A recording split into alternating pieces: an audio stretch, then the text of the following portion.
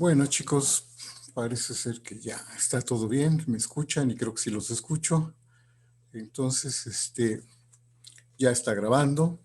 Entonces vamos a empezar, como ya saben, hoy vamos a empezar con el capítulo 4, que es el tema de derivación de funciones de Rn en R, pues que seguramente es el primer concepto que realmente va a resultar bastante novedoso con respecto al concepto de derivación de funciones de R en R, ¿no? Para las funciones de R en Rn, pues se parecía mucho el concepto de derivación, ¿no? Al concepto que teníamos en los reales. Pero el caso de funciones de Rn en R va a cambiar un poquito, ¿no? Entonces, espero que más o menos entiendan bien esta nueva parte. Pero antes de empezar con propiamente con el tema de la derivada de funciones de Rn en R, vamos a hacer este pequeño repasito de una cuestión de álgebra lineal que tiene que ver con el cambio de bases, ¿verdad? Para nosotros son muy importantes esto de las bases, aunque hasta ahorita, si se dan cuenta, casi la mayoría de los conceptos que hemos estado definiendo no dependen de las coordenadas o del sistema de referencia, salvo algunos, ¿no? Salvo algunos conceptos que son el concepto de producto punto y de norma, ¿no? Que son, eso sí, tuvimos que recurrir a las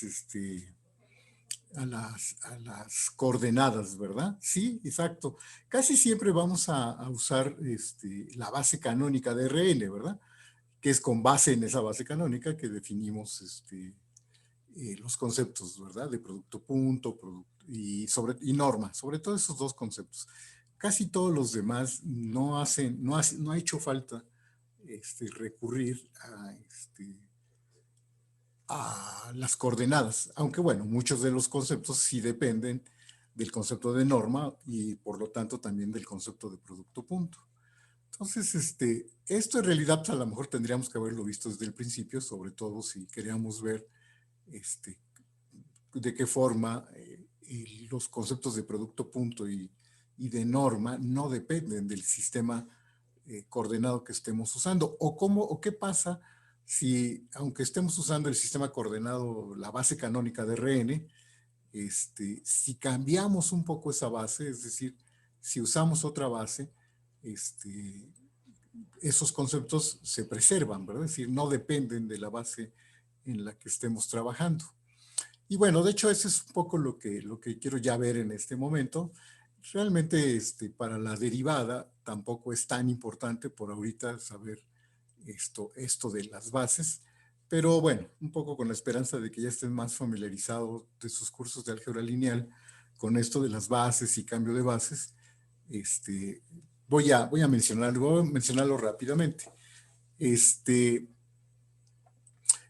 como ustedes saben, y como dice Eric, ¿no? Es decir, las bases que hemos usado son la base canónica, que además es una base con ciertas características, ¿no? Es una base que se conoce como base ortonormal, porque los vectores que estamos usando como base son vectores unitarios y perpendiculares entre sí, ¿verdad? Entonces, esa es una característica muy importante y que además fue muy importante para definir los conceptos de producto punto y de distancia, ¿no? La norma, ¿verdad? Usamos con mucha frecuencia el teorema de Pitágoras, el concepto de ortogonalidad, ¿no? De perpendicularidad.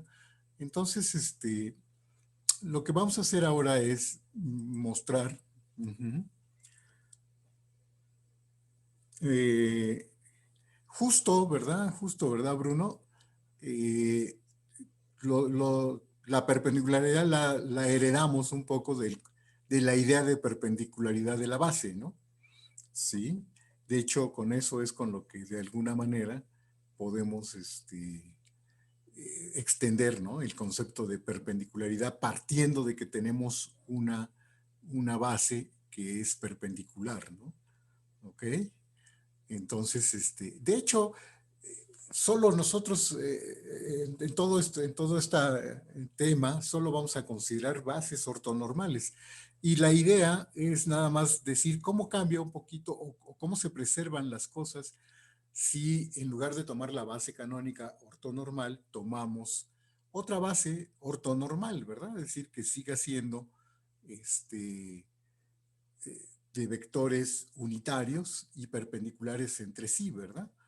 Este, si cambiamos, en lugar de tomar la base canónica, tomamos otra base, pero con las mismas características, vamos a ver que todo se preserva, ¿verdad? Y necesitamos que sean bases ortonormales porque justo nuestros conceptos dependen mucho de esa idea de perpendicularidad, ¿no?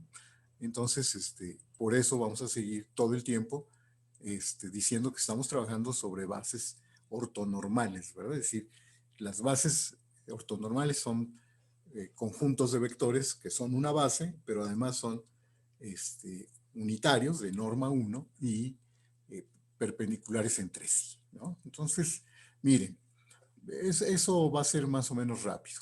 Entonces, lo voy a hacer en R2 para no hacerlo, no marearnos con la notación, ¿no?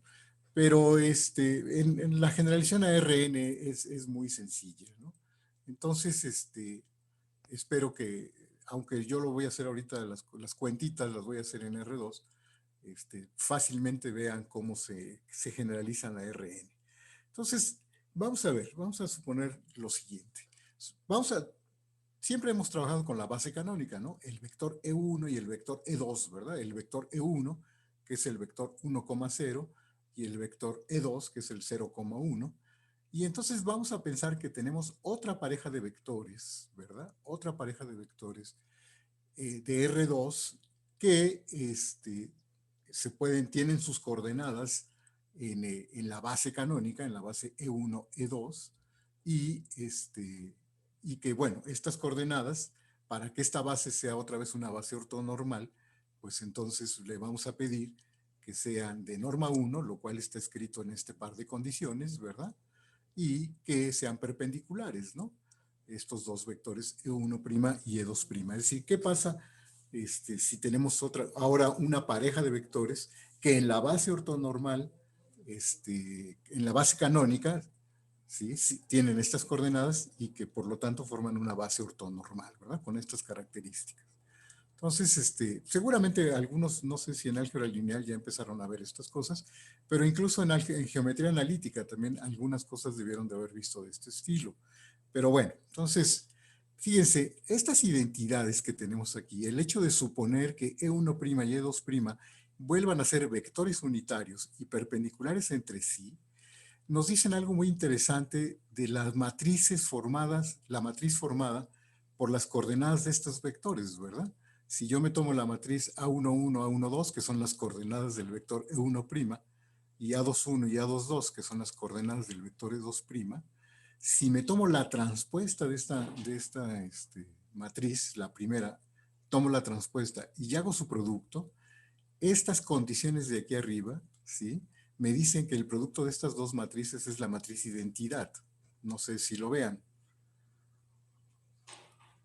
Por ejemplo, el producto, la primera entrada, ¿no? Pues el producto es la norma del vector E1', ¿no? Entonces, por eso da 1, ¿verdad? Pues estoy suponiendo que es un vector unitario. Luego la siguiente, pues tiene que ver con esta ecuación de la perpendicularidad. Lo mismo sucede cuando hago el producto de la segunda columna con la primera columna de esta, da 0 porque son perpendiculares, y el segundo renglón con la segunda columna, pues me da 1 porque es la norma del otro vector, ¿verdad? Entonces, no sé si está claro, pues, que cuando tomo estas matrices se portan muy, muy bonito, ¿no? ¿Verdad? Son matrices, de hecho, por razones obvias, a estas matrices se les conoce como matrices ortonormales, porque de aquí, a lo mejor todavía no lo prueban en geometría, en álgebra lineal, pero ustedes saben que el determinante del producto de dos matrices es el producto de los determinantes, y de aquí se concluye, de esta identidad que está aquí, dado que el determinante de la matriz identidad es 1, pues entonces esto me dice que el determinante de estas matrices, ¿sí?, tanto ella como su transpuesta deben de tener su producto es 1, lo cual quiere decir que el determinante de una de ellas es 1 o menos 1, lo mismo que el determinante de su transpuesta, ¿verdad? ¿Sí está claro? Supongo que todo el mundo, sí, por ejemplo, maneja este concepto de la matriz transpuesta, ¿no? Sí, todo el mundo sabe qué es la matriz. Esta es una matriz y esta es su transpuesta, ¿verdad? Los determinantes, ¿no saben qué es el determinante de una matriz, Eric, de 2 por 2? Ajá, entonces, ¿cuál sería la pregunta, Eric? Eso, ¿verdad? Eso que está ahí, que escribió Daniel. Porque fíjate que el determinante de este producto es el producto de los determinantes. Pero por un lado, este determinante es 1, ¿verdad? Pero el determinante de una matriz y de su transpuesta siempre son iguales, ¿no? ¿Verdad? Entonces, eso quiere decir que el determinante al cuadrado de cualquiera de estas matrices es 1. Y bueno, pues como el cuadrado es 1, entonces por eso tiene que ser 1 o menos 1, ¿no? Sí, está bien. Las matrices ortonormales así se comportan, ¿verdad? ¿De acuerdo? Entonces, fíjense, esto es muy padre porque de aquí, bueno, esta identidad también me dice que la inversa de esta matriz es su transpuesta, ¿verdad? O la inversa de esta matriz es su transpuesta, ¿no? Entonces, son matrices invertibles y además es muy fácil calcular su matriz inversa, ¿verdad? Simplemente hay que transponerla y con eso obtenemos la matriz inversa, ¿verdad? Entonces, fíjense, con esto se hace muy fácil hablar del cambio de bases, ¿verdad? ¿En qué sentido? En el siguiente sentido, fíjense. Si un vector X en R2 en el sistema, en la base E1', E2', tiene coordenadas X1', X2', es decir, que el vector X se escribe de esta forma, ¿no? ¿Sí? Entonces, geométricamente quiere decir esto, ¿verdad? Que el vector X tiene en el sistema E1', E2', tiene coordenadas X1' y X2', ¿verdad? Eso es lo que geométricamente quiere decir. La pregunta sería, ¿cuáles serían las coordenadas de este mismo vector X, pero ahora en el sistema E1, E2, ¿verdad? En la base canónica. Y entonces, pues se vuelve muy fácil, ¿verdad? Por lo siguiente, mire. Dado que X está así, el vector E1' lo puedo escribir de esta forma, el vector E2' lo escribo de esta manera, ¿sí? Entonces, reuniendo los coeficientes de cada vector básico, E1 y E2 de la base canónica, estos son los coeficientes, y aquí pues ya me queda la transformación, ¿verdad? Esto quiere decir que las coordenadas del vector X en la base E1, E2, pues son estos coeficientes, ¿verdad? ¿Sí? Entonces, si les llamo X1 y X2 a las coordenadas de X en la base E1 y E2, pues me quedan estas ecuaciones, ¿verdad? ¿Sí? ¿Estamos bien hasta ahí? Todo son cuentitas, ¿verdad? Más o menos claras. ¿Sí? Y fíjense que estas identidades se pueden poner de una sola manera. Se pueden usar poniéndolos de forma matricial, ¿no? Es decir, de esta manera, ¿verdad? Esta es una matriz de 1 por 2, que es lo mismo que matriz de 1 por 2, que esta de 2 por 2, ¿verdad? Y estas identidades que tengo aquí arriba se transforman en esta identidad de matrices. ¿No es cierto? ¿Sí está claro? ¿Sí se ve claro eso? Ujú. Entonces, bueno, y fíjense que de aquí, no, simplemente, esto que está aquí, de hecho, las primeras cuentas que hice al sustituir quién era E1' en términos de la base canónica, ¿sí? Al sustituir quiénes son estos vectores en términos de la base canónica, pues ya encontré, ¿no? Ya encontré quiénes son las coordenadas del vector X en la base E1, E2 canónica, ¿no? No, en realidad no hubo que resolver ningún sistema, ¿no? Solo tuve que sustituir quién eran E1' y E2', en términos de la base canónica, ¿no, Eric? Y ya automáticamente con eso obtuve quiénes serían las coordenadas x1, x2 del mismo vector x en la base canónica, ¿verdad? ¿Sí? Pero fíjense, ahora si yo me lo pregunto al revés, ¿sí? Si yo ahora quisiera al revés, si yo sé quiénes son las coordenadas x1, x2 del vector x en la base canónica e1, e2, y quisiera saber quiénes son las coordenadas x1' y x2' del mismo vector, pero en la base e1', e2', fíjense que esta ecuación me lo resuelve muy fácil con la observación que hicimos hace un momento. Si yo multiplico de ambos lados, multiplico por la transpuesta de esta matriz, simplemente hago la transpuesta de esta matriz, dado que el producto me daba la identidad, ¿sí? Entonces ahora tengo esta identidad de matrices, no sé si lo ven. Multiplico de ambos lados, ¿verdad? Multiplico de ambos lados por la transpuesta de esta matriz, entonces de este lado izquierdo, que ahora lo puse del lado derecho, me queda este producto, ¿verdad? ¿Sí?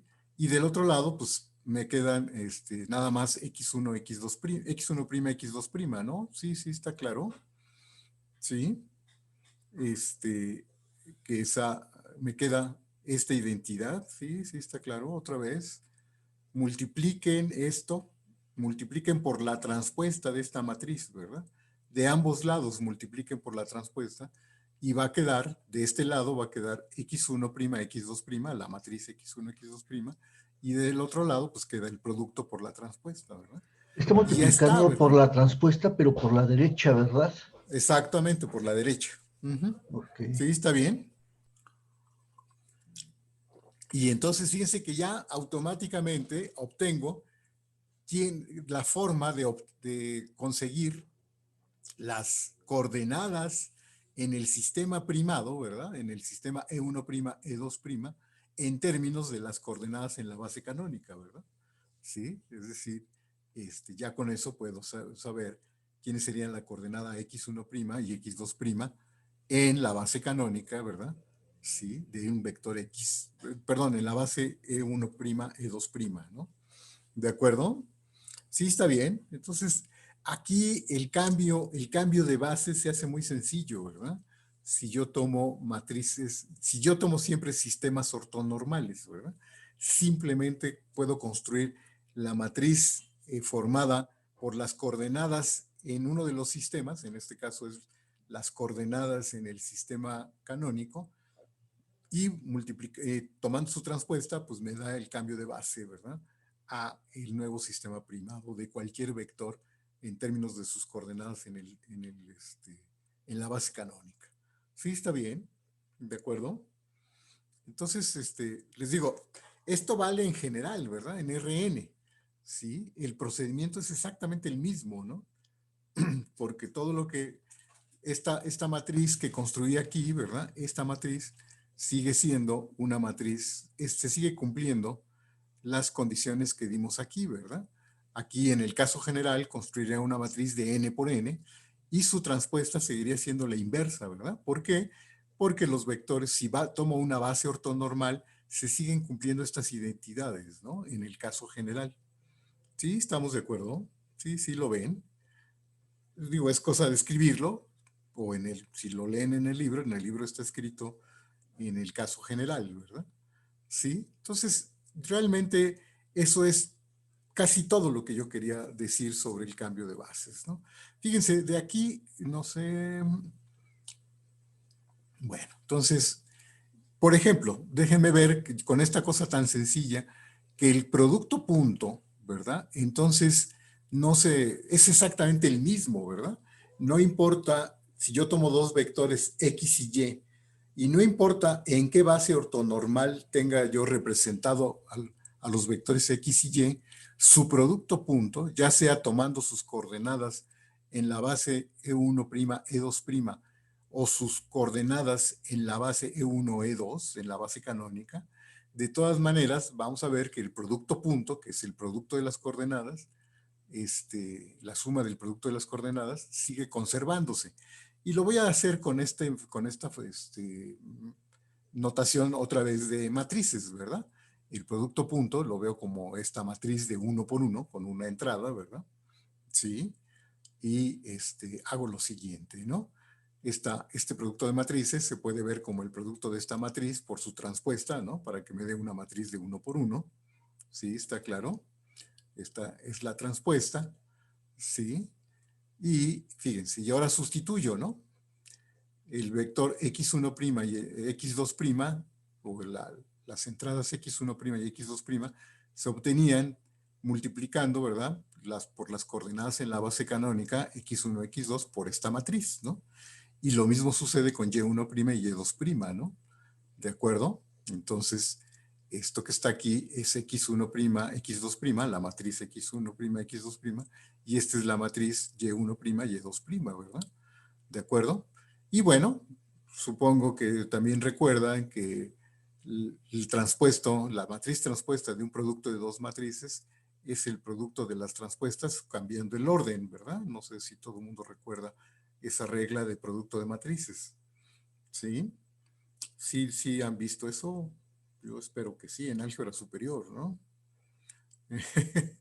En álgebra superior, ¿no? Se ve un poco esto de las matrices transpuestas, al menos de estas chiquitas de 2 por 2, ¿no? ¿Sí? Entonces, tengo esta identidad y fíjense, pues era un poco lo que decíamos. ¿Cómo que me lo crees, Dafne? Yo supongo que ya tendrían que habértelo dicho en algún curso de álgebra superior o de geometría analítica, ¿no? Uh-huh. Entonces, bueno, pues aquí tengo estas matrices, ¿verdad? Sí, y entonces, ya sabemos que el producto de estas matrices es la matriz identidad. Entonces, por ejemplo, la matriz identidad por esta matriz me da ella misma, ¿sí? Y el producto de estos dos es este producto, y ya llegamos, ¿de acuerdo? ¿Sí? Entonces, esta matriz y esta matriz son iguales, entonces esta entrada y esta entrada son iguales, ¿verdad? Entonces, el producto punto, o sea, x punto y, no depende de dónde estemos tomando sus coordenadas, en qué sistema coordenado lo estemos tomando, ¿verdad? Si está entre dos sistemas ortonormales, si yo tomo dos sistemas ortonormales, su producto punto va a dar el mismo, ¿verdad? Siempre que sean ortonormales, Eric. Esto solo vale si estoy haciendo, eh, estoy representando al vector X y Y en cualesquiera dos sistemas ortonormales, ¿verdad? Esto solo es válido entre sistemas ortonormales, ¿sí? Si no lo son, entonces las cosas cambian, ¿verdad? Por supuesto que las cosas cambian, ya no son iguales, ¿verdad? Cambia todo, ¿de acuerdo? Por eso es que en cálculo nosotros siempre trabajamos con bases ortonormales, ¿verdad? Eso es muy importante para que se preserven los conceptos como producto punto. Y si se preserva el concepto de producto punto, entonces se preserva el concepto de norma, ¿verdad? ¿De acuerdo? Y si se preserva el de norma, se preserva el de distancia, y entonces pues todos estos conceptos son el mismo. ¿De acuerdo? ¿Sí? Entonces, en cálculo, por eso es importantísimo que estemos trabajando en sistemas ortonormales, ¿de acuerdo? Esto en realidad lo vamos a necesitar mucho más cuando hablemos de otros sistemas coordenados, pero ya eso lo veremos más adelante, ¿no? Otra cosa que podemos decir, en el caso particular de R2, pues los vectores unitarios, todos los vectores unitarios en R2 se escriben de esta forma, ¿no, chicos? Son de la forma coseno teta, seno teta, ¿no? Cualquier vector unitario en R2 se escribe de esa forma para alguna teta entre 0 y 2pi, ¿verdad? ¿No? ¿Sí están de acuerdo en eso también? Cualquier vector unitario, es decir, cualquier vector en la circunferencia unitaria, ¿sí? Se escribe de la forma coseno teta, seno teta para alguna teta entre 0 y 2pi, ¿de acuerdo? Y entonces, fíjense, para completar una base ortonormal con este vector unitario, puedo tomar este vector que le voy a llamar e teta perpendicular, que es tomar su perpendicular, ¿verdad? ¿Sí? Este vector y este vector son perpendiculares, ¿no? Su producto punto da cero, ¿no es cierto? O su negativo, ¿no? Que geométricamente son estas, ¿verdad? Si este es el vector e teta, dado un ángulo teta, este es lo que llamamos el perpendicular, ¿no? Que es un vector que es perpendicular a e teta, o su negativo, ¿verdad? ¿De acuerdo? Estas son las maneras de construir bases ortonormales diferentes de la canónica en R2, ¿verdad? Cualquier otra base ortonormal en R2 que no sea la canónica, o bueno, la canónica coincide cuando teta es 0, ¿verdad? ¿Sí? Si teta es 0, pues este es el vector 1, 0 y el otro es el vector 0, 1, ¿no? ¿De acuerdo? Entonces, cualquier base ortonormal se escribe de esta forma, ¿verdad? ¿Sí están de acuerdo? Entonces, fíjense que, bueno, pues, entonces, cómo son las fórmulas de cambio de base, ¿sí? Entre la base canónica y una base de este estilo, ¿verdad? Por ejemplo, la base E teta y E teta ortogonal, ¿verdad? ¿Sí? Pues entonces se vuelven muy sencillas, ¿verdad? Porque recuerden que la matriz de cambio de base, que así se llama, la construí con las coordenadas, ¿verdad? ¿Sí? Tomo la matriz construyendo las coordenadas y entonces estas son simplemente las ecuaciones de cambio de bases, ¿no? ¿Sí? Que se obtienen, ¿no? Repitiendo exactamente lo mismo, solo que ahora con estos valores. Y yo estoy seguro que estas cosas les deben de ser familiares de algunos resultaditos de geometría analítica, ¿no? Cuando hablaban de rotación de sistemas coordenados y cosas de ese estilo, ¿no? Sí. Exacto, las rotaciones para eliminar los términos cruzados, que es lo único que están haciendo. En realidad lo que hacían era tomar otra base, ¿verdad? Y lo que buscaban era el ángulo adecuado, ¿no es cierto? Sí, pues lo que hicieron en geometría analítica era un poco lo que yo acabo de hacer así de manera muy breve, ¿no? ¿Estamos? Y todo esto, les digo, todo esto se puede hacer, se puede hacer en RN, ¿verdad? Pero siempre y cuando estemos trabajando con bases ortonormales, ¿de acuerdo? ¿Sí? Entonces, todo lo que acabo de hacer vale, funciona igualito, ¿verdad? Puedo construir las mismas matrices y las matrices resultan ser matrices ortonormales, ¿verdad? Es decir, su matriz es son matrices tales que su inversa es su transpuesta, ¿verdad? Uh-huh. Se pueden, claro que sí, se pueden eliminar términos cruzados en RN, Eric. Claro que sí, y es un método parecido, ¿verdad? Claro que el problema se complica, ¿no? Porque pues, si aumentas el número de términos cruzados, el problema se complica bastante. Y hay que desarrollar otro tipo bueno, pues cuando aparecen, por ejemplo, en una ecuación de segundo grado, Bruno, eh, se le llamaba términos cruzados a los términos que aparecen, por ejemplo, el X1 por el X2, el XY por el XJ, ¿verdad? ¿Sí? Cuando Y es distinto de J, eso se dice que es un término cruzado, ¿verdad? ¿Sí? En una ecuación de segundo grado, por ejemplo, ¿verdad? ¿Sí? Sí, sí, sí.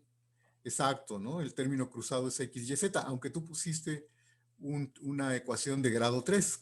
Casi siempre, por ejemplo, en geometría analítica vieron ecuaciones de segundo grado nada más, ¿no? Entonces son los XY o el YZ en general, ¿verdad? Eso se llaman los términos cruzados. Uh-huh. Sí, esto por lo general, eliminar los términos cruzados implica rotaciones, ¿verdad? ¿Sí? Y traslaciones es otra cosa, que es mucho más sencillo, ¿no? Su tratamiento es mucho más sencillo, ¿de acuerdo? Y sí, de hecho, más adelante vamos a ver el problema de eliminar los términos cruzados, pero ese es un problema que se resuelve en álgebra lineal, ¿sí? Y que ya no es tan sencillo, ¿verdad? De hecho, se resuelve hasta álgebra lineal 2, ¿no? Que ya es un problema que se complica. Uh-huh. Pues porque vamos a ver, vas a verlo más adelante, Bruno, sobre todo cuando hablemos, por ejemplo, en R2, en lugar de usar coordenadas cartesianas, usamos coordenadas polares, o en R3, y en lugar de usar coordenadas cartesianas, usamos coordenadas cilíndricas o coordenadas esféricas, eso nos va a llevar a tener que hacer cambios de bases, pero bases ortonormales, afortunadamente, ¿verdad? Pero bueno, eso ya lo veremos cuando estemos llegando a ese problema, ¿no? Cuando veamos el problema de, no, eso es importantísimo desde ahora en cálculo diferencial, Eric, ¿sí? Eh, para saber cómo se deriva una función cuando esa función esté expresada no en términos de coordenadas cartesianas, sino en términos de coordenadas polares, ¿verdad? ¿De acuerdo? Entonces, por eso son importantes. Pero bueno, ya que lleguemos más adelante, veremos cómo le hacemos, ¿no? Uh-huh. Pero bueno, lo quería yo mencionar desde ahorita, cómo son los cambios de coordenadas entre bases ortonormales. Recuérdenlo siempre, son cambios de bases entre bases ortonormales. En álgebra lineal ustedes van a abordar el problema de cambios de bases, pero bases en general, ¿verdad? No necesariamente ortonormales. Entonces lo que hacen en el álgebra lineal es un poquito más general, ¿de acuerdo? Y bueno, ya con esta breve explicación del cambio de bases entre bases ortonormales, ¿verdad? Vamos ahora sí a entrar al problema de la diferenciación, cómo definir la derivada de funciones de Rn en R. ¿Sí? ¿Cómo se les ocurre que se tendría que definir la derivada de una función de Rn en R? ¿Qué harían ustedes para tratar de generalizar el concepto de derivada de funciones de R en R? Ya más o menos sí funcionó tomar la idea de las funciones de R en R para definir la derivada de funciones de R en Rn, ¿no?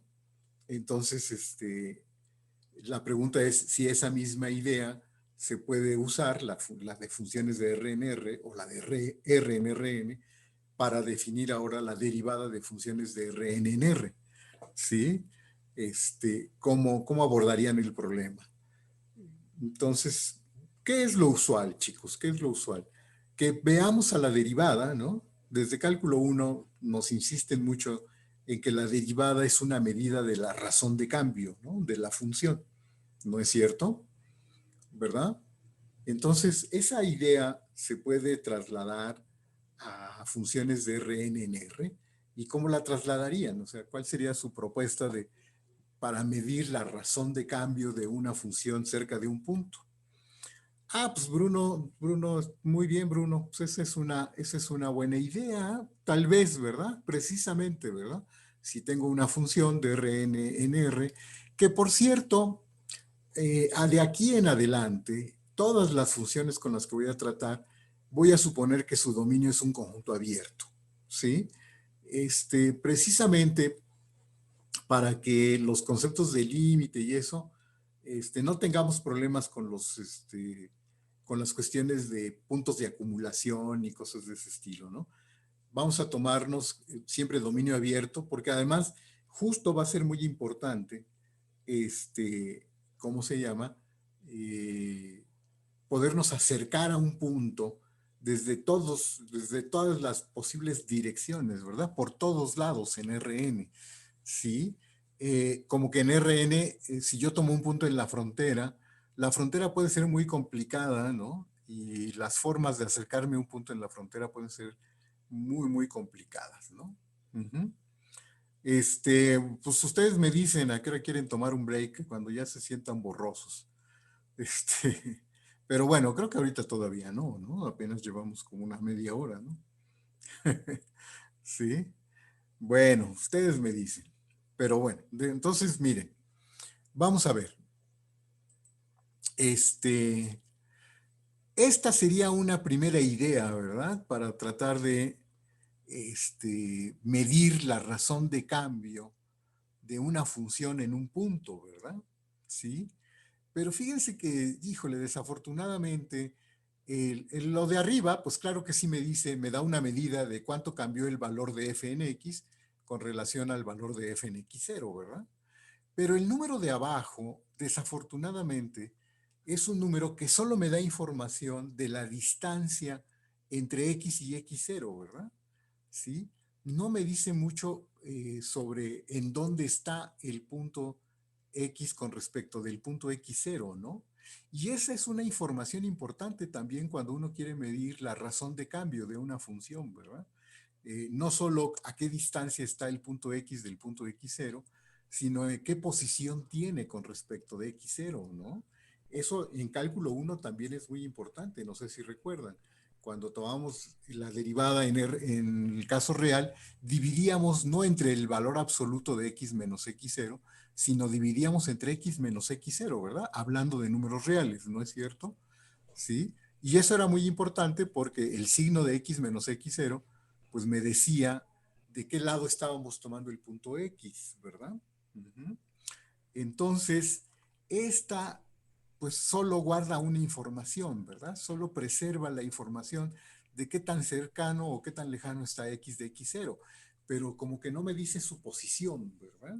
No me dice de qué forma me estoy acercando al punto x0. Y Y como si eso para lo medir una razón aplica, de cambio, eso es importante, ¿no? perdón, ¿Verdad? y si eso lo descompone en sus componentes y hace la diferencia componente a componente, si está en R2 va a encontrar dos, ¿cómo se llama? Dos componentes, X0, X0, Ajá. X1, 2 y X1, 2 prima y así, o sea, ya como que lo lleva casi a R, pero Sí, componente pero a componente. lo que me daría, no me daría un vector, según lo que tú me estás diciendo, Iram.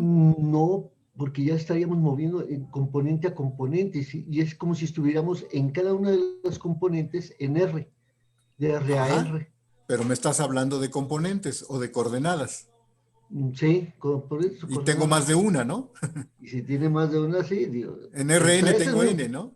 sí, sí, Tendría n eso sí, cocientes, ¿no? sí, desgraciadamente sí. ¿Y cuál de todos esos cocientes llamaríamos la razón de cambio, no? No, pues ahí sí está más difícil. Estaba complicado, ¿verdad? Ajá, Entonces, no, miren, vamos a ver, justo con esta idea de decir, bueno, es importante preservar o conservar la idea de por dónde me acerco.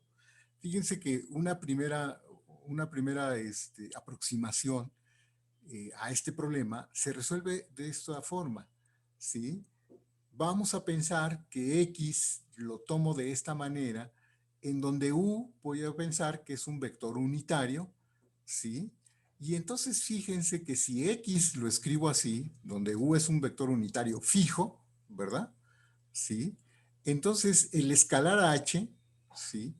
Ese escalar me dice, tiene toda la información de quién es el vector X, ¿verdad? Porque tanto es la distancia, si ustedes toman la norma de x menos x0, me da el valor absoluto de h, y h, el signo de h, entonces me dice de qué lado viene, ¿verdad? ¿Sí? Si está del lado, en la dirección en la que apunta u, si h es positivo, y si h es negativo, me dice que es un vector que está en la dirección contraria a la dirección en la que apunta u. De hecho, si ustedes se observan, variando h en los reales, estos vectores en realidad son vectores que están sobre una recta, ¿verdad? La recta que pasa por el punto x0 en la dirección del vector u. En realidad, solo me estoy aproximando eso, ¿verdad? Si yo solo tomo estos vectores x se aproximan a x0 solo por esa recta, ¿verdad? Por la recta que pasa por x0 en la dirección del vector u, ¿verdad? Pero fíjense que tomando puntos solo sobre esa recta, entonces, sí, este cociente, f de x menos f de x0 entre h, ahora sí, de alguna manera, sí me dice cómo es la razón de cambio de la función. Claro que me está diciendo cómo es la razón de cambio solo para vectores en la recta x0 más hu, ¿verdad? La recta que pasa por x0 en la dirección del vector u. Pero bueno, esto ya cuando menos sí es una razón de cambio. Claro que es una razón de cambio como acotada, ¿verdad? Solo me dice cómo es la razón de cambio de mi función en la dirección o tomando puntos sobre esa recta, ¿verdad? ¿Sí? Y fíjense que, bueno, por ahora vamos a conformarnos, digamos, vamos a introducir este concepto, ¿sí? De encontrar la razón de cambio cuando nos movemos sobre esa recta. ¿De acuerdo? Y esto da lugar a un concepto, ¿sí? Que se llama derivada direccional, ¿de acuerdo? ¿Sí? Que va a ser un concepto muy útil, ¿verdad? Va a ser un concepto muy útil, sí vale la pena definirlo, aunque suena muy restringido, ¿verdad? Por ahora solo estamos viendo cómo calcular la razón de cambio sobre un conjunto muy específico, ¿verdad? Sobre una recta. ¿Estamos? Pero bueno, vamos a ver que es muy importante este concepto, ¿sí? Y bueno, da lugar a esta definición. Se le llama la derivada direccional de la función f en el punto x0 en la dirección del vector u, ¿sí? Si este cociente tiene límite, a ese límite, ¿sí? En donde recuerden, u va a ser un vector unitario, ¿sí? Entonces, si este límite existe, a ese límite se le conoce como la derivada direccional de f en el punto x0 en la dirección de u, y se denota de esta forma. Es decir, esta es la notación que vamos a usar. Si podríamos generalizarlo, Eric, incluso a lo mejor hasta serviría tal vez el concepto de longitud de arco y eso, pero vamos a ver que no nos sirve de mucho, que basta con que lo hagamos con derivadas a través de rectas. Con eso es suficiente. Lo vamos a ver más adelante, ¿de acuerdo? Sí se podría generalizar, ¿verdad? Pero resulta que con esto basta, ¿verdad? Con esto basta. De hecho, vamos a ver cuando ya definamos el concepto global de derivada, vamos a ver que no tenía mucho sentido hacerlo por curvas arbitrarias, ¿verdad? Entonces, bueno, pues, pero está claro, ¿verdad? Entonces, ¿qué es esto que se llama la derivada direccional? ¿Sí? Precisamente porque solo es en una dirección, ¿verdad, Christopher? Este, ¿sí? En particular, unos vectores unitarios serían los vectores de la base, ¿verdad? Por cierto. Sí, ¿verdad? Pero bueno, ahorita lo estamos haciendo para cualquier vector unitario, es decir, estamos tomando el punto x0 y nos estamos fijando en cualquier recta que pase por x0 y esa recta como que la estamos parametrizando a través de un vector unitario, ¿verdad? ¿De acuerdo? Y entonces les digo, pues esto da lugar a este concepto, a este primer concepto, que se llama derivada direccional. De hecho, a ver, déjenme ver, aquí hice un dibujito, creo. ¿Sí? Fíjense. En el caso particular, si nos fijamos en el caso particular de R2, es en el sentido de considerar mediante qué curvas nos aproximamos. Pues sí, hay un poco esa idea, ¿verdad? De aproximarnos por algún tipo. Sí, por eso lo de dirección, lo direccional es por la dirección que da el vector U, ¿verdad? Por eso decimos en la dirección del vector U. ¿De acuerdo? Entonces, miren, veamos en el caso particular de R2, que es donde podemos ver geométricamente qué está pasando, ¿sí? Y vamos a ver lo siguiente, miren. La función, si la pienso que está definida en algún subconjunto de R2, ¿verdad? Es de R2 en R, ya sabemos que su gráfica está en R3, ¿verdad?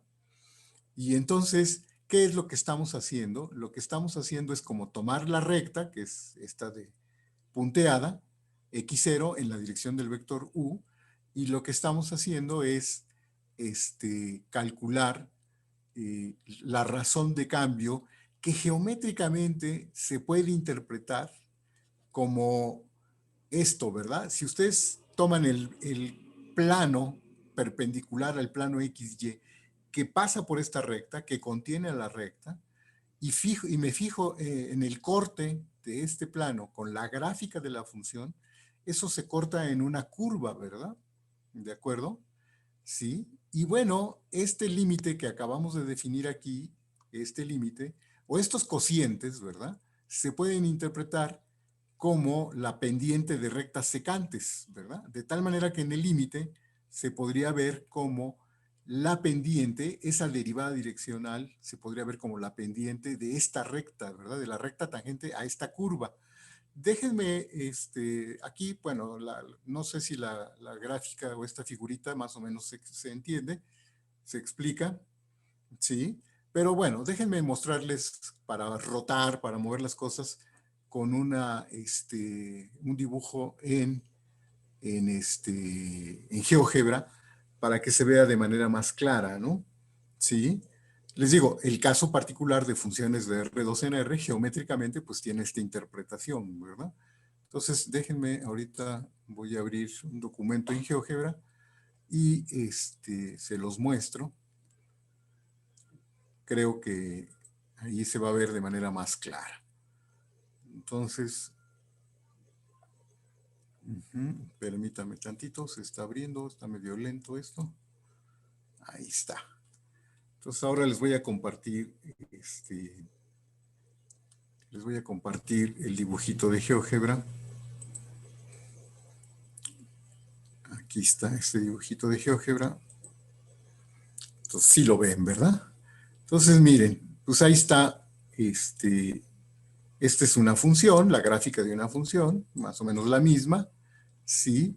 Por aquí voy a ver, este es el plano con el que corté, obtuve la curva negra, ¿verdad? Que es como esta parábola invertida, ¿de acuerdo? Ahí está el plano. Ahí al cortar, que este plano es un plano, como dice aquí, ¿verdad? Aquí está el vector U, ¿sí? Un vector U y el vector, un punto X. Déjenme quitar el plano para que vean, ¿sí? O voy a dejar el plano y quito la función, ¿sí? Aquí está el vector U, este es el vector U, estoy parado en este punto, ¿sí? Y el corte con este plano, el plano que pasa por la recta que define el vector U, ¿sí? Intersectado con la gráfica, eso es lo que obtuve aquí, intersectado con la gráfica, me da la curva negra, ¿verdad? Y estos puntos que están aquí, esta secante, en realidad todavía no es la tangente, ¿verdad? Esta secante, voy a poner de frente la curva, que se ve como una parábola, ¿verdad? Entonces, el cociente que hice, pues es como la pendiente de estas rectas secantes, ¿verdad? De tal manera que cuando el límite existe, puedo interpretar ese límite como la pendiente de esta recta tangente, ¿verdad? No sé si lo ven más o menos claramente. ¿Sí? ¿Sí se ve? ¿De acuerdo? Entonces, pues esa es una interpretación geométrica de de la derivada direccional en el caso de funciones de R2 en R, ¿verdad? ¿De acuerdo? En general, lo que me está dando, en el caso general, lo que me mide la derivada direccional es la razón de cambio de la función, pero solo cuando me muevo sobre una recta, ¿verdad? ¿Estamos? ¿Sí está claro? ¿Sí está bien? Entonces, geométricamente, eso es lo que está pasando en el caso particular de R2. ¿Estamos? ¿De acuerdo? Entonces, bueno, vamos a... No, recuerda que, no, Max, recuerda que tomé el límite, ¿verdad? El límite cuando X tiende a X0, ¿verdad? ¿Sí? O cuando H tiende a 0. Entonces, en el límite, ese cociente, el cociente que tomé, se puede interpretar en el caso de R2 en R como la pendiente de esta recta secante. Y cuando tomo el límite, ¿verdad? Cuando tomo el límite, entonces tiende a ser la recta tangente, ¿verdad? ¿Sí? Entonces la derivada direccional es la pendiente de la recta tangente, ¿verdad? Exacto. La línea roja todavía no es la derivada. Aquí estoy tomando el cociente entre un punto aquí y otro punto acá. Déjenme otra vez quitar la función, ¿verdad? Aquí estoy tomando este punto, este es X y este es X0, ¿sí? Entonces este es f de X menos f de X0 entre H, ¿verdad? Entre H, que es la H que me da para obtener este punto. ¿De acuerdo? De hecho, por ahí hice una pequeñita animación cambiando las diferentes secantes, ¿verdad? Vemos las diferentes secantes. Y bueno, si me acerco, pues tiende a ser la tangente, ¿verdad? ¿De acuerdo? ¿Sí está bien? ¿De acuerdo, chicos?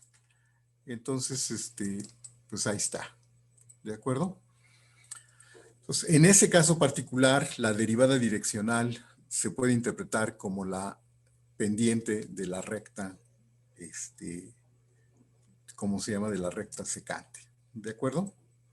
La pendiente de la tangente, perdón. Entonces, no puedo, déjenme parar aquí la animación. Ahí está. Ok, Entonces, bueno, ya casi son las 12, no sé si quieran tomar un descanso, ya se cansaron o nos seguimos. Se mencionó Profesor, que antes me puede 12:30. Ah, perdón. recordar, A que sí, ver, antes, ¿me puede recordar qué era la H? regreso, déjeme regresar a compartir las diapositivas. Ujú. Voy a compartir las diapositivas otra vez.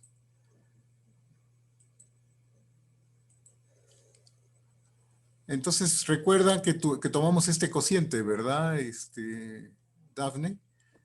Sí, H, con H nos indica en qué punto estamos de la recta, ¿verdad? ¿Sí? O sea, es X0 más HU, que es un punto sobre la recta, y dividimos entre eso, ¿verdad? Esta H, que pues esta H es una forma de medir la distancia y la posición, ¿verdad? Del vector X0 más HU sobre la recta. ¿De acuerdo? ¿Sí está bien? Esa era la H, ¿verdad? sí, sí, ¿Sí? sí. ¿De Gracias. acuerdo? Perdón, Entonces profesor, ¿se puede recuerden, regresar un estos... poco más? Es que esa H es como, ¿se acuerda que nos dijo cuando interpretó al vector X es igual a X0 más Ajá, HU? Esa exacto. H, lo que pregunta Dafne, es te da el sentido de U, puede ser izquierda o derecha. El sentido y la distancia, Y la ¿verdad? distancia, sí. Porque el Esta vector es la U, ecuación de una si recta, tomamos la Dafne. diferencia x menos x0, la norma de x menos x0 es el valor absoluto de h, ¿verdad? Porque Ujú, estamos tomando a U un vector unitario. Entonces h tiene esa información, ¿verdad? Tiene la información de cuánto dista x de x0 y en qué posición está sobre la recta, ¿verdad? ujú. ¿De acuerdo? ¿Sí? Por eso Yupi. estos cocientes, en el caso particular de R2 en R, estos cocientes se pueden interpretar como la pendiente de la recta secante, ¿verdad? Ujú. Aquí en el dibujo, si tomamos otro punto por acá, esta recta no es tangente, sino sería secante, y el cociente se podría interpretar como la pendiente de esa recta secante. Totalmente análogo a como lo hacíamos en cálculo 1, ¿verdad? Ujú. ¿Estamos? ¿De acuerdo? Lo de unitario es precisamente por eso, ¿verdad, Eric? Precisamente para que la h sea la medida de la distancia. El valor absoluto de h nos da la medida de la distancia entre x y x0, ¿verdad? Sí. Esa h conserva esas dos informaciones, ¿verdad? Tanto la posición, ¿sí? No, pues eso fue lo bueno, ¿verdad? Que con solo tomar h, ahí está implícita la distancia y también la posición, ¿verdad? Por eso no usamos el valor absoluto, como no lo usábamos en cálculo 1, ¿no, Eric? ¿Sí? Porque no solo nos interesa cuál es la distancia entre x y x0, sino también nos interesa la posición, ¿verdad? ¿De acuerdo? En cálculo 1 tampoco dividíamos por el valor absoluto, ¿verdad? Pero h sigue conservando esas dos, no, porque entonces h ya no representa la distancia, ¿verdad? No nos dice cuál es la distancia que hay entre x y x0, ¿no? Sí. Entonces ya como que no estamos usando las mismas medidas, ¿verdad? Ujú. Sí, claro que cuando h tiende a cero, el punto se sigue tendiendo a x0 si h tiende a cero. Pero para medir la razón de cambio, Eric, no nos interesa solo que lo de abajo se vaya a cero, ¿no? Estamos haciendo, la razón de cambio es una comparación entre el cambio de los valores de la función y el cambio de la variable, ¿verdad? Entonces nos interesa reflejar, cuando dividimos entre x menos x0, nos interesa reflejar el tamaño de esa distancia bien, ¿verdad? Con medidas adecuadas, ¿no? ¿Sí? No con medidas que dependan del vector u que esté yo tomando, ¿no? Por eso lo estandarizamos a un vector unitario, ¿no? Ujú. ¿Sí? Para que la razón de cambio, pues no dependa, ¿verdad? De ese vector u, ¿de acuerdo? Es como una forma de estandarizar las unidades, ¿verdad? Las unidades de cambio en los valores de f comparado con las unidades de cambio en la variable x, ¿no? ¿De acuerdo? Por eso es importante tomar un vector unitario, ¿no? Para que no dependa de la magnitud del vector u. En todo caso, solo depende de la dirección del vector u, ¿verdad? ¿Sí? Y eso es para decirnos hacia dónde estoy tomando la razón de cambio, ¿no? Pues fíjate que si tú tomas el cociente, déjame pensarlo acá, si en lugar de poner aquí H, ponemos H entre quién, H entre la norma de U, ¿sí? Pues entonces H entre la norma de U, el cociente terminaría dependiendo de 1 entre la norma de U, ¿no? ¿No? Este límite también aparecería, en este límite también aparecería la norma de U, ¿no es cierto? Sí, sí, incluso, a ver, Eric, entonces no estoy entendiendo bien. Ajá, así como está, o sea, dividir por H nada más. Ajá. Ok, ya te entiendo, ya entiendo. Bueno, te digo que eso tiene que ver un poco con las medidas, ¿verdad? Este, recuerda que cuando hablamos de razón de cambio, ¿sí? Este, por ejemplo, cuando algo depende con respecto del tiempo, ¿no? Queremos ver cómo cambia distancia sobre tiempo, ¿verdad? Entonces queremos que las unidades estén como estandarizadas, ¿no? ¿Cuánto cambia unidades, una unidad de distancia por cada unidad de tiempo, ¿no? ¿De acuerdo? Entonces, si tú esta U la dejas arbitraria, ¿verdad?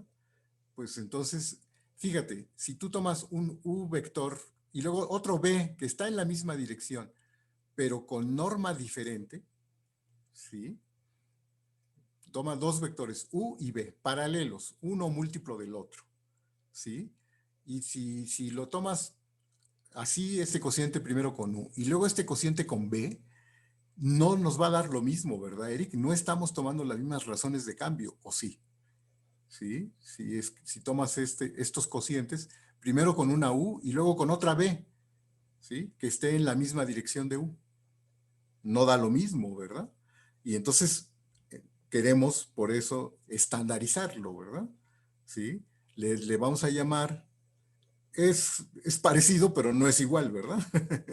Es parecido, pero no es igual, ¿no, Eric? Exacto, sí, cambiarían por una constante. Pero bueno, no queremos cargar constantes, ¿no? Inútilmente. Entonces, por eso lo estandarizamos, ¿no? En efecto, si tú tienes razón, pues es decir, si el límite existe, de hecho, hasta podrías probar qué constante depende una de la otra, ¿verdad, Eric? Hasta se puede probar, ¿no? Sí, exacto, exacto. Es como en las curvas, un poco, ¿no? Ujú. Y para efectos de medida de razón de cambio, pues sí es importante estandarizar, ¿verdad? ¿A qué le vamos a llamar la razón de cambio? ¿Sí? Exacto. Entonces, pues, para estandarizar, esto es no para efectos de la existencia, ¿verdad? Ujú. Pero bueno, de todas maneras, sobre todo los físicos es a los que les importa mucho que sí estandaricemos y nos pongamos de acuerdo, ¿verdad? Sí. Pero tienes razón, es decir, si el límite existe con un vector U, existe con cualquier otro vector B, ¿verdad? Y la diferencia entre un límite y otro solo depende de una constante. Tienes toda la razón del mundo. Y sí, la verdad es que si conocemos la constante, pues en el fondo es lo mismo. Es como cuando los físicos hacen un cambio ¿cómo se llama? De unidades de medida, ¿no? Si lo ponen en kilómetros, si lo ponen en metros o cosas de ese estilo, ¿no? Eso tiene que ver un poco con esto, ¿verdad? De poner un vector unitario, ¿no? Y eso es precisamente lo que hay un poco en el fondo, es como, tiene que ver con las unidades con las que medimos la distancia, ¿verdad? Porque precisamente si tomamos primero la distancia entre x0 y x es la norma de U, h por la norma de U. No hay una norma universal, pero bueno, supongamos que estamos tomando, no hay una unidad de medida universal, ¿no? ¿Sí? No hay una unidad de medida universal. Pero bueno, es como cuando tú pones si tú escribes la rapidez o la velocidad de un objeto, si lo pones en kilómetros o lo pones o en metros, ¿no? Metros por segundo, kilómetros por hora o metros por hora, entonces cambia, ¿no? Cambian las cantidades, cambian por unas constantes, ¿verdad? Que tiene que ver con los cambios de unidades, ¿no es cierto? ¿Sí? Eso es lo mismo, ¿verdad? Es lo mismo que estaría pasando aquí, ¿no? Ujú. ¿De acuerdo? Pero nosotros vamos a estandarizarlo. vamos a tomar un vector unitario u, ¿verdad? Para no meternos en problemas de si cambios de unidades, ¿de acuerdo? Y a eso se le conoce como la derivada direccional, ¿verdad? Sí. Y bueno, pues vamos a hacer un ejemplo, ¿no? Vamos a calcular una derivada direccional, ¿sí? Tomemos un caso de una función de R2 en R definida de esta manera. Tomemos un vector unitario, arbitrario, ¿no? De coordenadas 1 y U2, y un vector, un punto, X0 y Y0, también arbitrario, y calculemos, ¿no? La derivada direccional de esta función f, ¿sí? En la dirección del vector u en el punto X0, ¿verdad? Ahora sí ya hay que tomar un descanso, Dafne. ¡Qué barbaridad! ¡Qué poco aguantan estos muchachos hoy en día! Pero sí, como quieran. Entonces, hacemos una pausa para que pongamos... Déjenme pausar la grabación. A ver. Uy, qué barbaridad. El ejemplo y un descanso. Me parece muy bien. Terminemos el ejemplo y hacemos un descanso. ¿Perfecto? Ok, entonces quedamos en terminar el ejemplo y luego tomamos un descanso. Ok. Entonces, miren, pues, digo, no es más que ponerse a hacer las cuentas, ¿no? Si yo quiero calcular la derivada direccional de esta función f en la dirección del vector u en el punto x0, pues no hay más que copiar la definición, ¿no? Evaluar f en los puntos de la forma x0 más hu menos f de x0 entre h, sustituimos quién es x0, quién es u, entonces este vector me da esto, ¿verdad? Estas son las coordenadas de x0, sustituyo quién es la función f es nada más sumar las coordenadas, es decir, es esta coordenada más esta coordenada menos esto, ¿de acuerdo? Y haciendo cuentas, ¿verdad? Se cancelan x0 y y0, nada más me quedan hu1, hu2, dividido entre h, y la derivada direccional es u1 más u2. ¿De acuerdo? Y ahí está, ¿verdad? Esa es la derivada direccional de esta función en la dirección de cualquier vector u en cualquier punto x0, ¿verdad? Esto es muy interesante. Si se dan cuenta, la derivada en este caso ya no depende de en qué punto estoy parado, ¿verdad? La derivada direccional en cualquier punto es la misma, ¿verdad? Sí, sin importar en qué punto me estoy parando. No sé si lo ven geométricamente, lo verían claro por qué pasa que aquí ya no depende en qué punto me estoy parando. ¿Cuál es la explicación geométrica? Aquí sí se le puede dar una explicación geométrica de por qué para este caso particular de esta función, ¿sí? ¿Quién es una recta, Bruno? En realidad, ¿a qué te refieres con que es una recta? Es un plano, ¿no? Como dice Eric, ¿verdad? Sí, es un plano. Entonces, si yo, la gráfica de la función es un plano. Entonces, no importa en qué punto me pare, si siempre tomo el mismo vector u, pues entonces como que no importa dónde me pare, la dirección es la misma, ¿verdad? Es decir, cuánto separa el plano en la dirección de un vector u, no depende, ¿sí? No depende de qué punto me esté observando, ¿no es cierto? ¿Sí? Cuando yo haga la intersección del plano que es la gráfica con un plano que contiene al vector u, a la recta u, no importa en qué punto esté parado, la intersección siempre es una recta con la misma pendiente, ¿verdad? Exacto, ¿verdad? Con cualquier otro punto, de hecho no en una vecindad, sino en cualquier otro punto, ¿verdad? Y eso es porque la gráfica de esta función es un plano, ¿verdad? ¿Estamos? ¿Sí? ¿Está claro? Sí. Si quieren ahorita les preparo algo rápidamente aquí en GeoGebra y les muestro por qué tendría que ser exactamente lo mismo, ¿verdad? ¿De acuerdo? Sí, en todos los puntos. Ok, perfecto. Entonces tomemos un descanso y en ese descanso les voy a hacer el dibujito para que lo vean. Sí, cómo no, Irán. Creo que la última no se la subí, creo que sí subí las últimas diapositivas, ¿no? Lo reviso y si no, lo subo. Regresamos en 10 minutos o a las 12:20. ¿Cuánto tiempo quieren?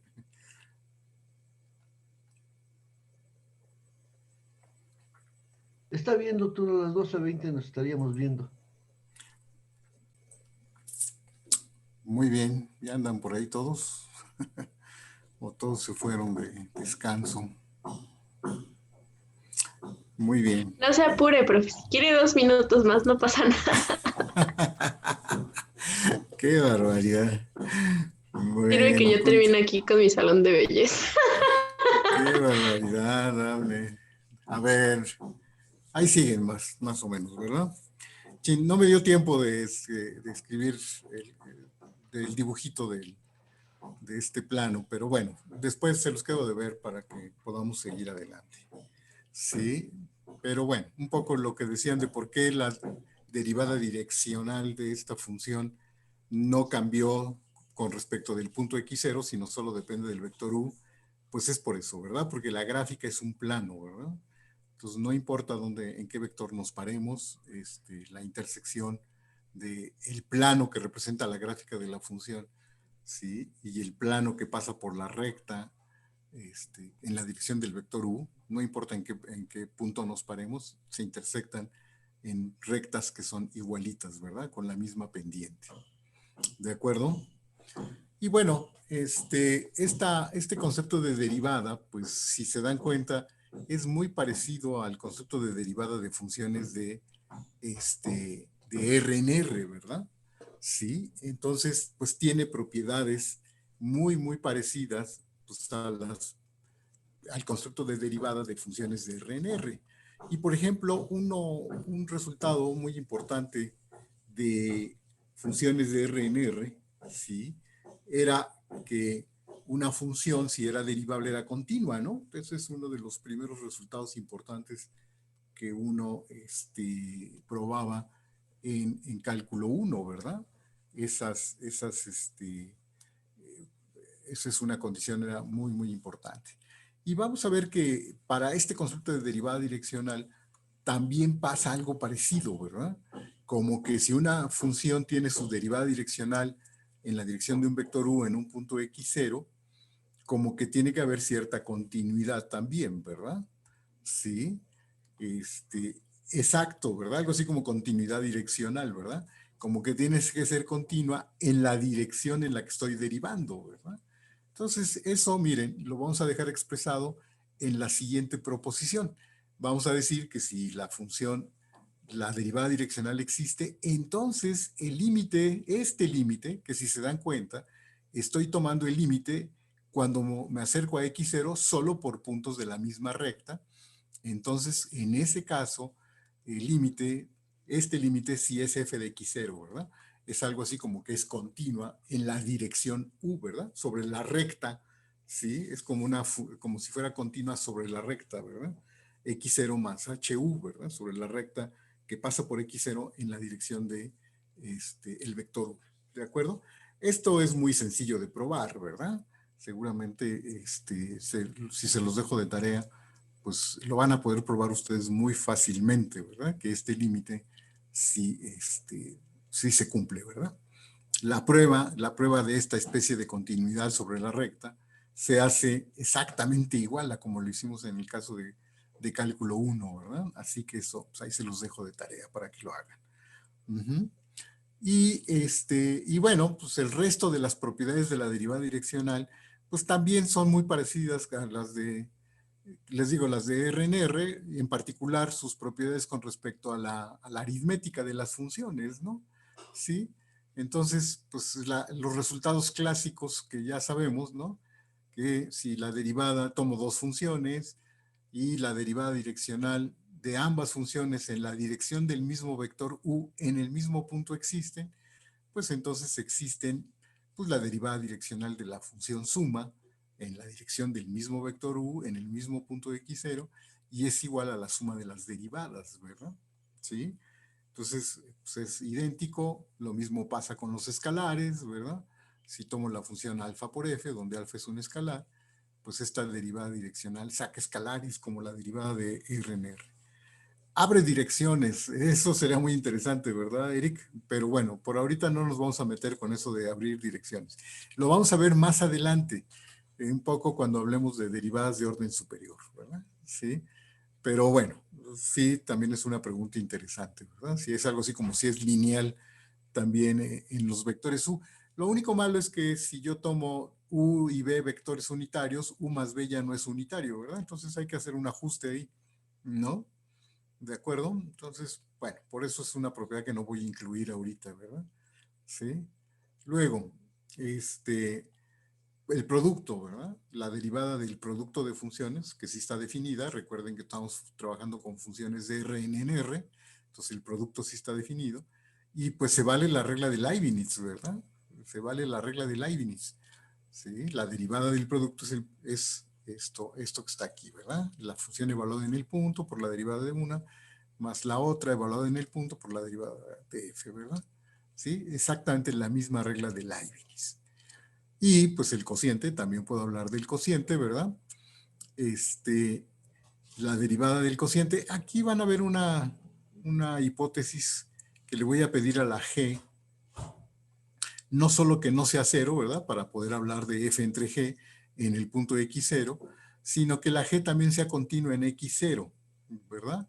Continua, ¿eh? No solo continua en la recta, que esa es la única cosa que me garantiza la existencia de su derivada direccional, sino continua globalmente. Y esto para que no sea cero en toda una vecindad, ¿verdad? Para que el dominio de la función f entre g siga siendo un conjunto abierto, que fue una de las condiciones que puse, ¿verdad? ¿Sí? Entonces, para que no sea cero en toda una vecindad, y en cuyo caso el punto x0, ¿verdad? También es un punto interior, o el dominio de f entre g también es un conjunto abierto, ¿verdad? Que eso fue una de las condiciones que puse. Por eso es que incluí esta condición de continuidad de la función g en x0.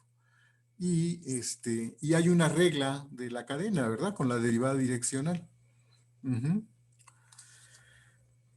No bastaría con eso, ¿verdad, Bruno? No basta con eso para que la función g sea diferente de cero en toda una vecindad, en toda una bolita, ¿verdad? Con centro en x0. Me diría que es algo así como que distinta de cero en un intervalo abierto sobre la recta, ¿verdad? ¿Sí? No en todo un abierto, ¿no? Pero sí en la intersección de una bolita con la recta, ¿verdad? Solo en esos puntos. ¿Sí? Sí, pero el problema es que ya no sería, el dominio de la función f entre g ya no sería un abierto. Y bueno, les digo, de aquí en adelante estoy pensando que los dominios de mis funciones todos sean abiertos, ¿verdad? ¿De acuerdo? Ese es para cumplir esa condición, nada más. Y bueno, les decía que también hay una regla de la cadena, ¿sí? De hecho, fíjense, ahorita podríamos hacer dos composiciones, ¿no? Tomar una función de R en Rn y componerla luego con f, ¿verdad? Es decir, tomar una g o una gamma de R en Rn y luego aplicarle f, ¿no? ¿Sí? Esa es una composición que sí vamos a ver más adelante, pero que ahorita no la vamos a ver solo con la derivada direccional. Con respecto de eso no hay ninguna regla de la cadena que valga. Pero al revés sí, ¿verdad? Si tomo ajá, pero más adelante, cuando ya definamos el concepto global de qué significa que una función f sea globalmente derivable en un punto, va a ser muy importante tomar composiciones tanto por la derecha como por la izquierda, ¿verdad? Y en particular con funciones de R en Rn, ¿verdad? ¿Sí? Y la composición nos daría una función de R en R. Y pues tendríamos que ver si esa función de R en R también es derivable, ¿verdad, Eric? ¿Sí? Exacto, ahí es donde está el problema de qué pasa con la variación de f cuando nos acercamos a un punto por una curva, ¿verdad? Efectivamente, ¿sí? Pero justo como no lo hemos dicho sobre curvas arbitrarias, como que no podemos hacer una regla de la cadena de esa forma ahorita. Entonces, lo que vamos a hacer es solo hacer una composición, ¿sí? Con una función que está definida, ¿verdad? Primero vamos a aplicar f y luego le vamos a aplicar una función g. Es decir, vamos a componer a f por la izquierda con una función g de R en R, ¿de acuerdo? De tal manera que la composición g compuesta con f va a ser nuevamente una función de Rn en R, ¿verdad? Definida sobre el mismo dominio U. dado que estoy pidiendo que la imagen de f caiga en el dominio de G, ¿verdad? Entonces, esta primera regla de la cadena, pues, sí la podemos probar, ¿verdad? Sí. Y bueno, se prueba de una manera muy, muy similar a como lo hacemos en el caso real, ¿verdad? Y de hecho la regla de la cadena es muy parecida, ¿verdad? A la que conocemos en el caso real de funciones de R en R, ¿verdad? A final de cuentas, recuerden que cuando sacamos la derivada direccional de f, ¿sí? Como que la estamos como haciendo como una función de R en R, ¿verdad? ¿Sí? Porque solo la estamos haciendo variar sobre una recta. Entonces, esta regla de la cadena es muy parecida a la regla de la cadena de las funciones de R en R, ¿verdad? La derivada de la primera por la derivada de la segunda. Bueno, donde la derivada de la segunda se corresponde con la derivada direccional, ¿verdad? ¿De acuerdo? Entonces, pues, ¿cómo harían la prueba de esta regla de la cadena? Bueno, pues de hecho la prueba es muy, muy parecida a como lo hacíamos en el caso real, ¿no? ¿Sí? La misma dirección U, ¿verdad? Estamos sacando la derivada de... No, ¿verdad? La composición no va de R en R, ¿no, Eric? La composición sigue estando de Rn en R, ¿no? El dominio de esta composición sigue siendo el conjunto U. ¿De acuerdo? Por eso hablamos de la derivada direccional de esta función en la dirección del vector U, ¿verdad? ¿De acuerdo? Entonces, bueno, por definición, pues, ¿qué es lo que hay que demostrar? Debemos probar que este límite existe, ¿verdad? El límite de la composición, evaluando en los puntos de la recta, ¿verdad? Sí. Y ver que ese límite, pues, es esto, ¿verdad? Bueno, pero este límite, aplicando las composiciones, me da esto. Aquí en esa regla de la cadena, más que sumar, era como multiplicar y dividir, ¿no, Christopher? Ese era como el truco, ¿no? ¿No? Era multiplicar y dividir, que ese era un problema, ¿no? Pero fíjense, voy a definir este número, este es un número, ¿verdad? Lo voy a llamar K sub H. Sí, a esta diferencia. Depende de H, ¿verdad? Sí. Y entonces el límite anterior lo podríamos escribir ¿de qué manera? Bueno, pues este límite, si despejo de aquí quién es f de x0 más hu, f de x0 más hu es f de x0 más kh, ¿verdad? ¿De acuerdo? ¿Sí? Entonces, este cociente se puede escribir como este cociente, ¿no? Y aquí es donde se ocurre eso de multiplicar y dividir, ¿verdad? Por kh, ¿no? Si kh no fuera 0, ¿verdad? Si kh no fuera 0, pues podría multiplicar y dividir, ¿no? Este cociente, ¿verdad? Que es le multiplico y le divido por el kh, ¿verdad? Y entonces, el límite de acá arriba se reduce a tomar el límite de este producto, ¿verdad? Sí. Y bueno, ya está claro, aquí queda más claro quién sería el límite de este primer factor, ¿no? Este primer factor, si se dan cuenta, pues tiene que ver con la derivada de G en el punto f de x0, ¿no es cierto? Dado que KH tiende a 0, ¿no? Si se dan cuenta, KH tiende a 0 cuando H tiende a 0. Entonces, este primer factor, pues sí se va a la derivada de G, ¿verdad? En f de x0. Y esto que está aquí, el segundo factor, por definición, ¿quién es? Pues por definición es la derivada direccional de f en la dirección del vector u en el punto x0, ¿no? Y entonces ya con eso acabamos, ¿verdad? ¿Sí? Entonces, como KH tiende a 0 cuando H tiende a 0, pues entonces eso ya lo sabíamos, ¿verdad? Fue lo de la continuidad en la dirección de esa recta. Pues entonces este límite es la derivada de G en f de x0, ¿no es cierto, chicos? Y entonces, pues ya está, ¿no? Con eso obtenemos el resultado, ¿sí? Este límite, este factor se va a la derivada de G en f de x0 y este cociente se va a la derivada direccional. Pero bueno, todo esto fue bajo el supuesto de que KH no fuera 0, ¿no? Esto funciona si ese número KH no fuera cero para toda H, al menos en una vecindad agujerada del cero, ¿no? Pero realmente no hay nada que nos lo garantice, ¿no, chicos? Entonces, ¿cómo resolvíamos ese problema? ¿Cómo resolvíamos ese problema en cálculo 1, chicos? ¿Se acuerdan? ¿Sí? ¿Se acuerdan cómo se resolvía? Sí, adelante. Abraham. Era, en lugar de hacer tender algo a cero, teníamos algo a No dos. te escucho.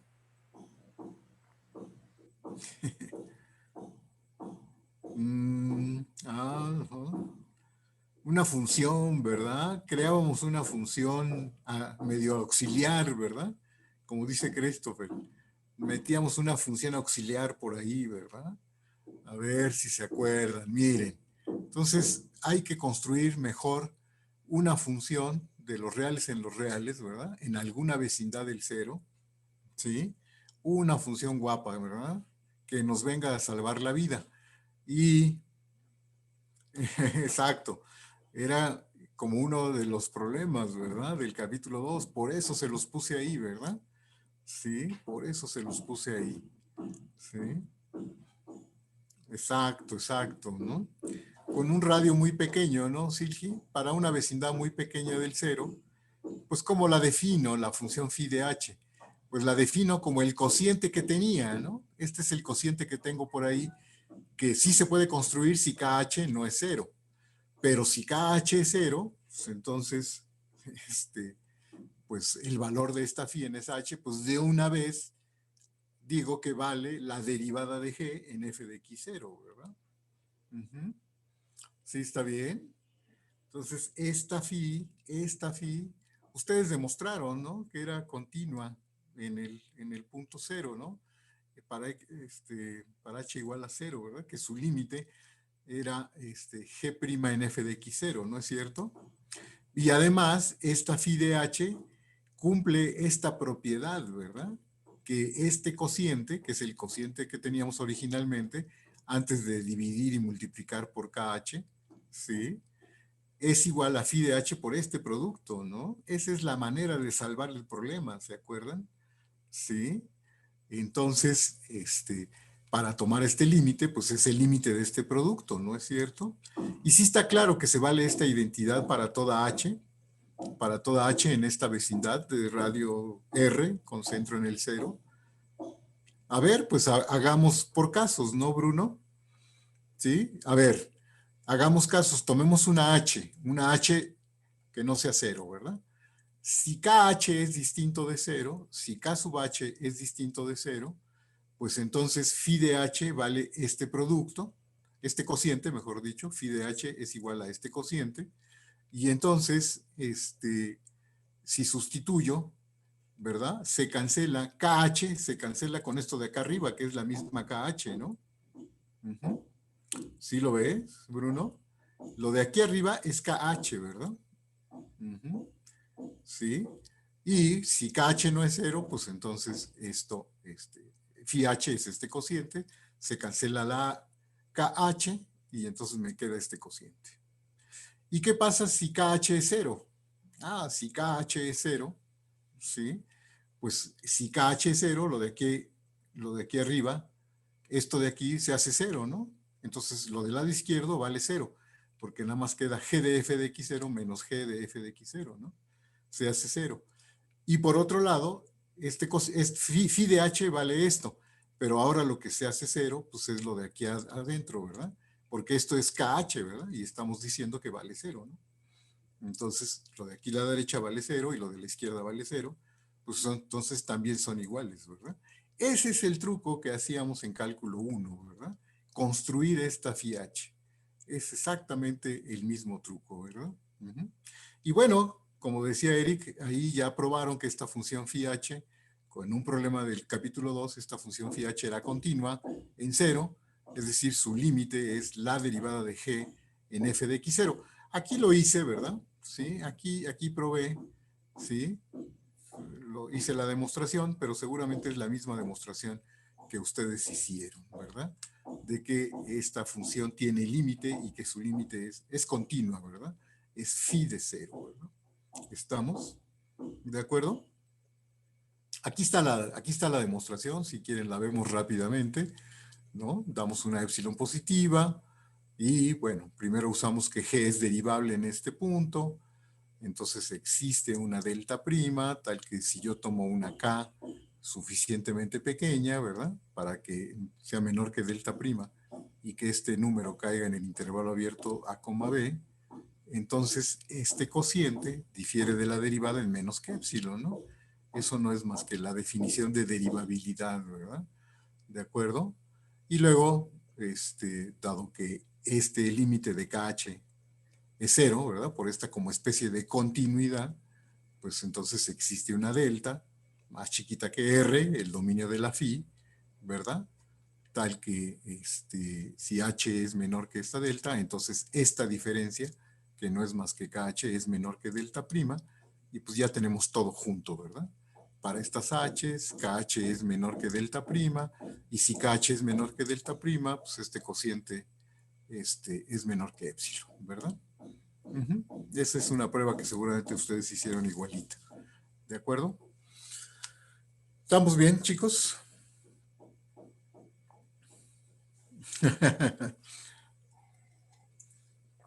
Pues váyanle pensando cómo se hace la regla de la cadena para Rn en Rm, pero primero tenemos que tener quién es la derivada, ¿no? ¿Verdad? Entonces,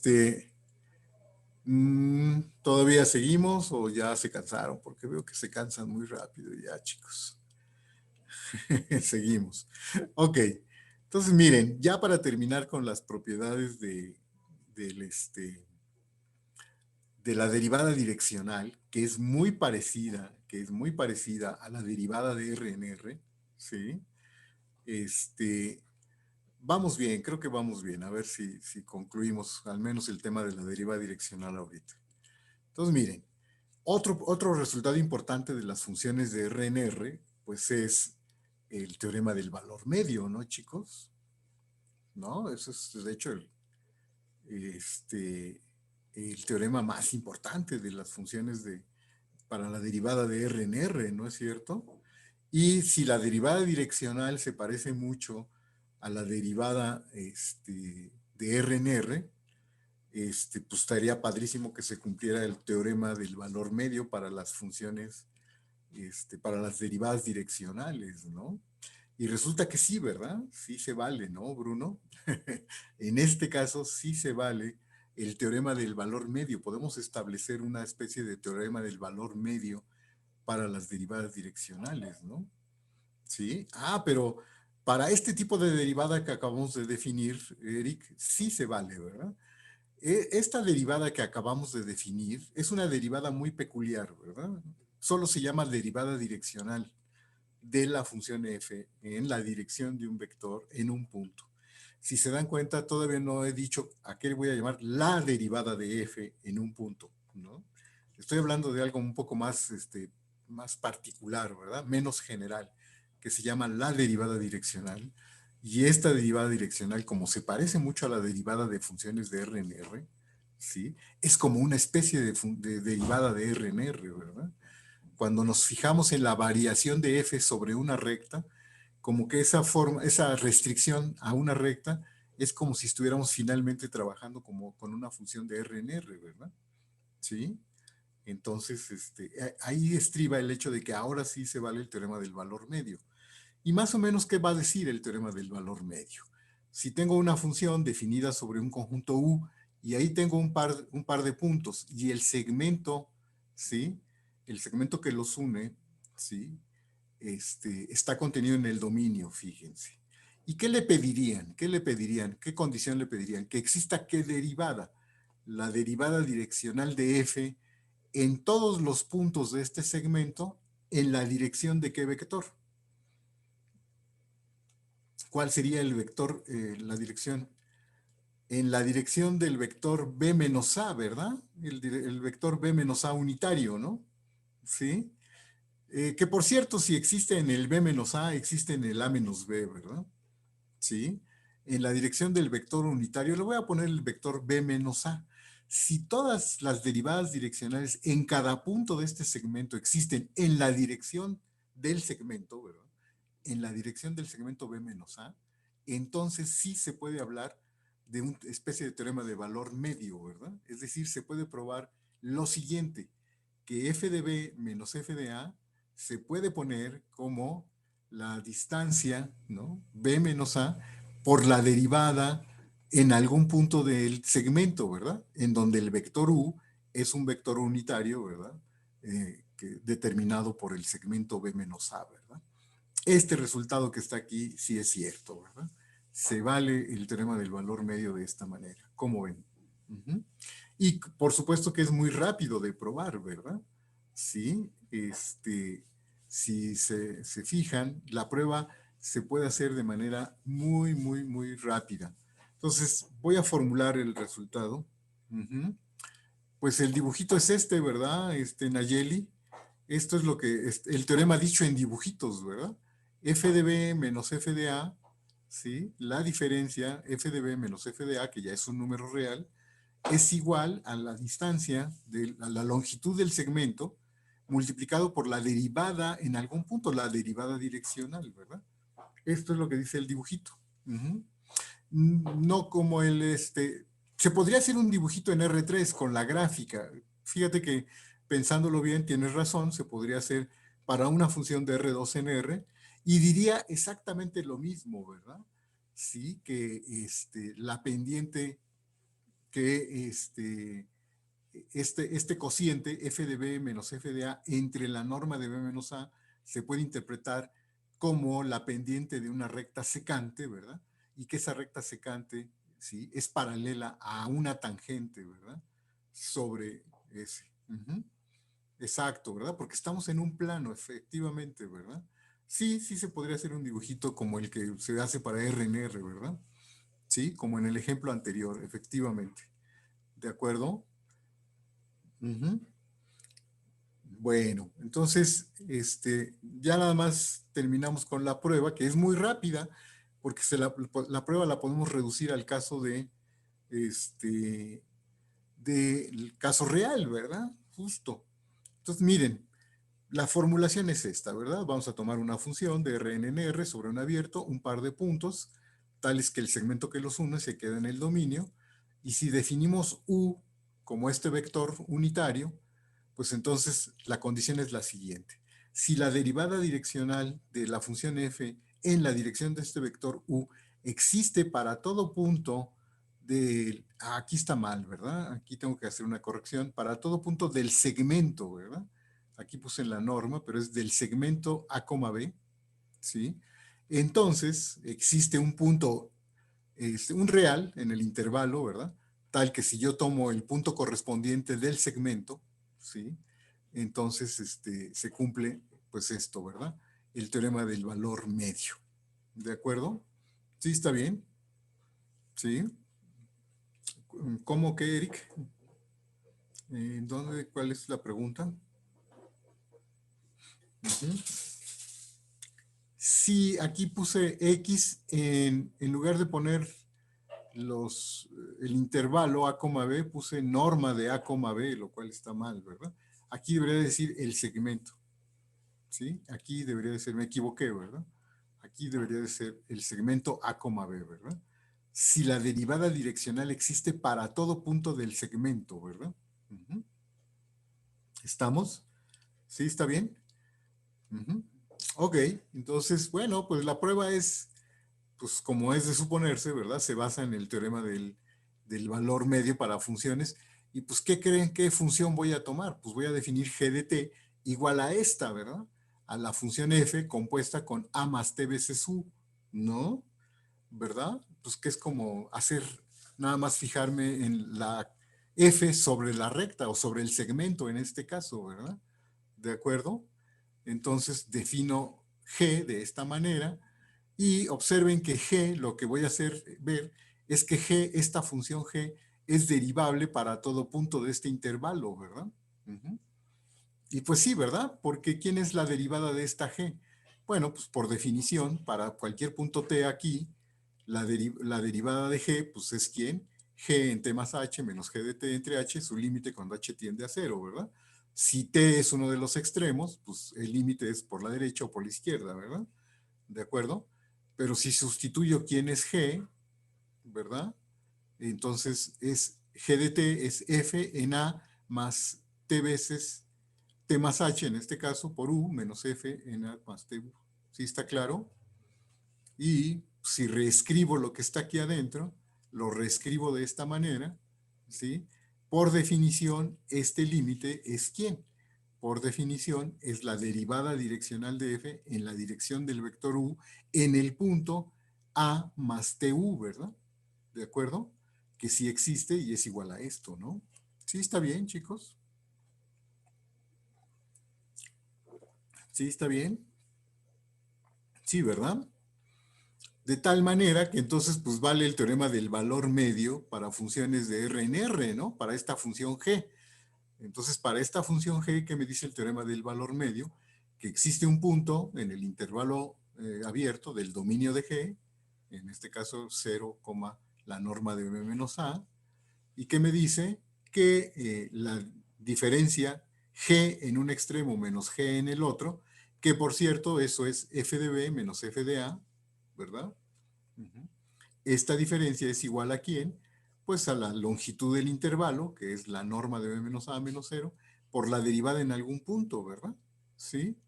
Pero la derivada en G en un punto xi, pues no es más que la derivada direccional de F en A más xi U, ¿verdad? Y bueno, y si le llamo xi gorro a este punto, pues ya está, ¿verdad? Es la derivada en algún punto del intervalo del segmento A, B, ¿verdad? Y ya terminamos, ¿no? Con eso termina la prueba, ¿verdad? Del teorema del valor medio, que realmente, pues, se las pude haber dejado de tarea, ¿verdad? Para que ustedes lo hicieran. Pero ahí está, ¿verdad? Y bueno, si quieren con eso, terminamos hoy, porque supongo que ya están cansados, o bueno, ya van a ser la 1. ¿Sí? Sí. Bueno, no sé si algunos tengan clases, es lo malo, ¿verdad? Que no nos podemos seguir más allá de la 1 porque a lo mejor algunos tienen otros cursos, ¿no? Pues que dijeron que spoileé, ¿verdad? Derivadas parciales, ¿no? Derivadas parciales. ¿De acuerdo? Que las derivadas parciales en realidad, sí, es un caso particular de las derivadas direccionales, ¿verdad? ¿Estamos? Muy bien, chicos. Pero entonces aquí lo dejamos, ¿no? Yo creo que vamos bien. Sí, yo espero que avancemos más o menos rápido. Y si no, pues ahí les voy diciendo. Jorge Calderón, a ver, activa tu audio si quieres hablar. Adelante. Adelante, adelante, Jorge. Dijo que fue un error, profesor, no se preocupe. Ah, bueno, ok. Bueno, entonces con esto terminamos, chicos. Déjenme parar la grabación.